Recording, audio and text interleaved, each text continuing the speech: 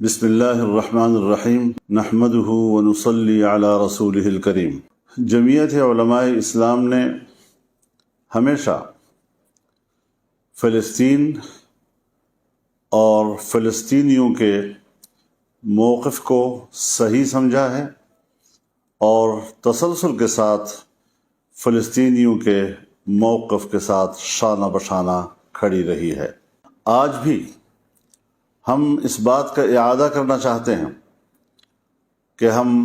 فلسطینی بھائیوں کے ساتھ ہیں، ان کے شانہ بشانہ ہیں، اور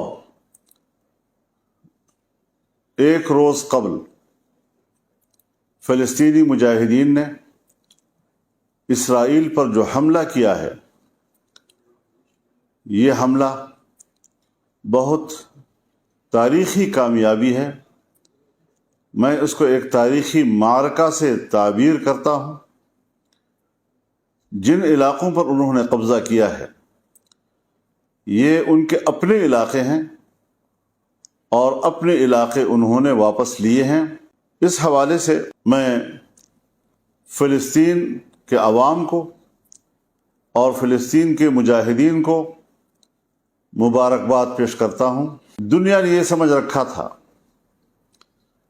کہ فلسطین اور فلسطین کا مسئلہ اور فلسطینیوں کا موقف وہ ابدی نیند سو چکا ہے۔ اب فلسطین کا موضوع دوبارہ نہیں اٹھ سکے گا، اور ناعاقبت اندیشوں نے دنیا میں یہ بات پھیلائی، اور ہمارے ہاں ایک طبقہ اور ایک عنصر پیدا ہوا جس نے اسرائیل کو تسلیم کرنے کے موضوع کو ترجیح دلائی، اس کی اہمیت سے لوگوں کو متاثر کرنے کی ناکام کوشش کی۔ میں سمجھتا ہوں کہ آج اس معرکے نے فلسطین کے مسئلے کو زندہ ہی نہیں کیا، ثابت کیا ہے کہ فلسطین کا مسئلہ مرا نہیں، اور آج اس کی اہمیت آسمانوں کو چھو رہی ہے۔ اس حملے میں اسرائیل کے پورے دفاعی نظام کو ناکام بنا دیا گیا ہے، ان کے گھمنڈ کو زمین بوس کر دیا گیا ہے، ان کی انٹیلیجنس کو ناکام بنا دیا ہے۔ یہ حقیقت تسلیم کر لینی چاہیے دنیا کو کہ اسرائیل کوئی قوت نہیں، اسے بڑا چڑھا کر پیش کیا جا رہا ہے، اور اس قوت کو جس انداز سے بڑھا کر پیش کیا جا رہا ہے یہ انصاف کے تقاضے پورے نہیں کر رہا ہے۔